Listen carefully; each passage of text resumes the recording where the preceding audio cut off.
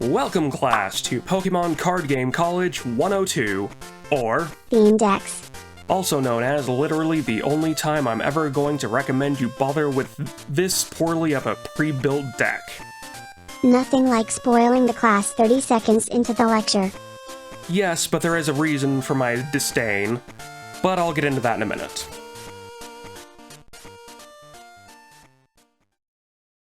So, what are theme decks? Especially since Pokemon Card Lab has stopped printing them.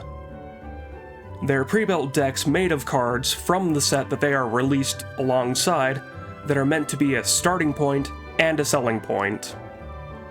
You buy the theme deck, then you buy booster packs to replace cards from the deck to make it better. It's a Ship of Theseus situation, where you slowly replace parts of the deck until it's no longer the theme deck. These are a good starting point if you have absolutely nothing else to work with, but so many times the decks come with the absolute bottom of the sets that you're almost better off just buying a dozen booster packs and making a deck out of that. If you did do that, though, you'd end up with a pretty fragmented deck, since these sets tend to be absolutely massive. But then again, most of the earlier theme decks would end up being mostly just dozens of commons and uncommons with one or two decent rare cards, because that's the featured Pokemon of the deck. So it's kind of a lose-lose either direction. So what is it more specifically that bothers me, besides the whole just drop $400 like it's nothing to get a decent deck mentality?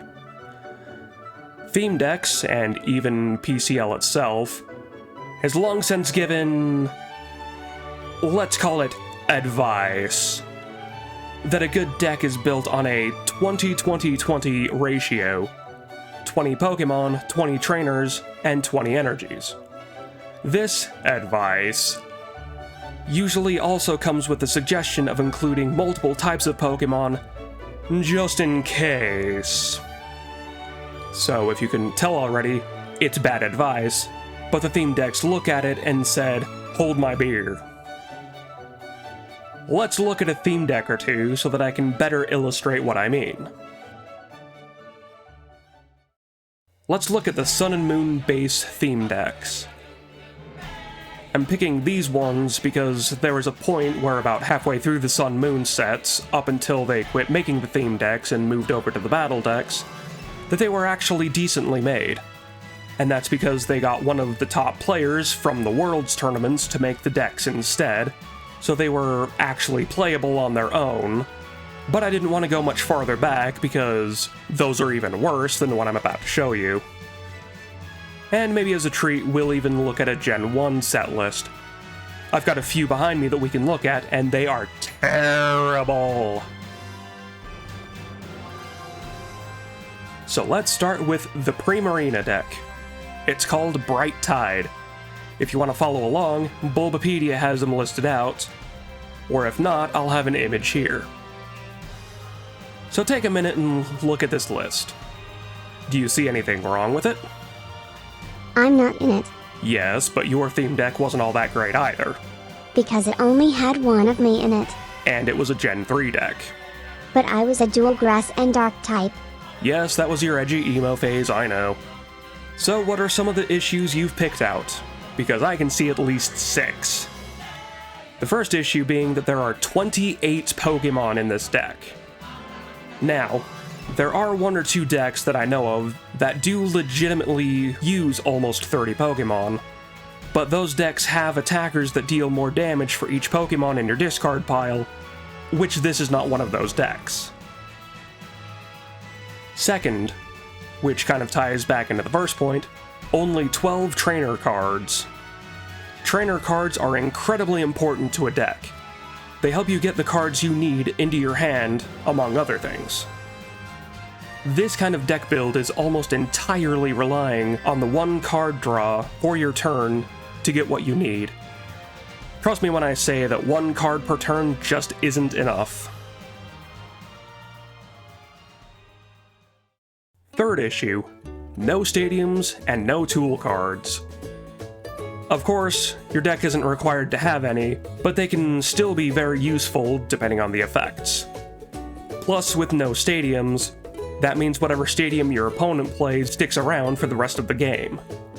So even if there isn't a stadium that will help you that much, just put in a few chaotic swell stadiums to further deny your opponent from having any. I'd also complain about only 4 supporters, but with only 12 trainers in total, it is a decent supporter to item ratio. Fourth issue, which ties back to issue number 1, is the Pokemon evolution ratio setup. What I mean by that is 19 of the Pokemon are basics, and if the Pokemon even has an evolution in the deck, there's only 9 of them. I'd personally advise that you have the same number of basics to evolutions in most cases. So for example, this deck has 3 Popplios, which then I would have 3 Briones and 3 Primarinas. Or, if you have a Pokemon that can evolve, that you actually include its full evolution, like having the Wingles and Spearows, but no Pelipers or Fearows. Once again, there are a few decks that you do attack with the not fully evolved form, but that isn't the case 98% of the time. Fifth issue, the type mixing. Why is this an issue, you may wonder? If, like with how this deck is set up, your main form of drawing cards is 1 card per turn from the beginning of your turn, there will be many times where you'll need 1 type of energy, but you'll have 5 of the other type in your hand. With a 12 to 8 split like this deck has, it's not as much of an issue, but some theme decks have a 15 to 5 ratio, and with almost no draw power, you may as well not even use the secondary type. This issue has a term for it called consistency. There's a good video's worth of discussion on that, but that is why this and the lack of trainers is an issue. If you can't consistently get the cards you need when you need them, the deck isn't as good as it could be. Issue 6 is the energy count, but I've already griped about that. So do you see why theme decks are bad? If not, go ahead and grab 1 or 2 to play with, and see how well you do with them. I was going to go over the other 2 Sun and Moon base set decks, but they're fairly similar.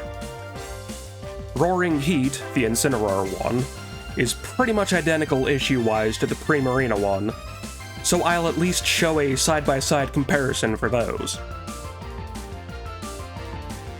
Forest Shadow, the Decidueye one, at least is monotype, so it's slightly better, but then it's even worse with the missing evolutions.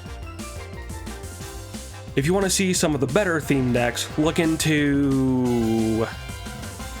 I think the better ones started around Crimson Invasion or Ultra Prism, kind of hard to tell, up to Vivid Voltage to get a better idea of theme deck potential. So why are you crying so much about these terrible decks then? Because I'm the kind of person that hates getting super competitive. And yet here I am making videos covering a super competitive activity.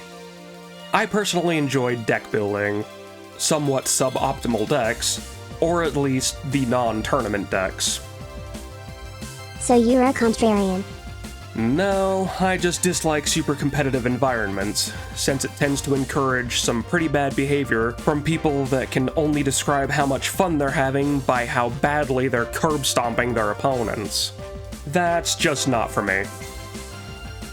The main reason I'm complaining about theme decks is because they do have potential for creating an even playing ground for everyone involved, to the point where the now defunct Pokemon trading card game online had a theme deck format that you could play where you could only enter with unedited theme decks.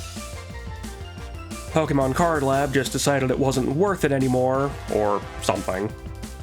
And now it's all gone. So that's why I complain about it.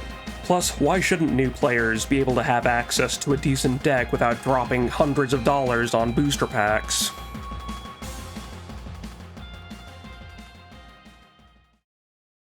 So that's about all you need to know about theme decks. As a brief bonus for putting up with my incessant complaining, here's an image of a Gen 1 theme deck. I actually have a few of them sitting right behind me, still in pretty good condition, except for the boxes. 2 from Gym Challenge, the Sabrina and the Koga theme decks, and 1 from Neo Genesis called Hotfoot.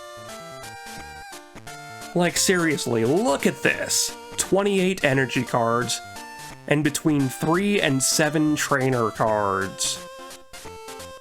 And the Gen 2 decks aren't any better. 5 trainers in the Cold Fusion deck. How did this get approval?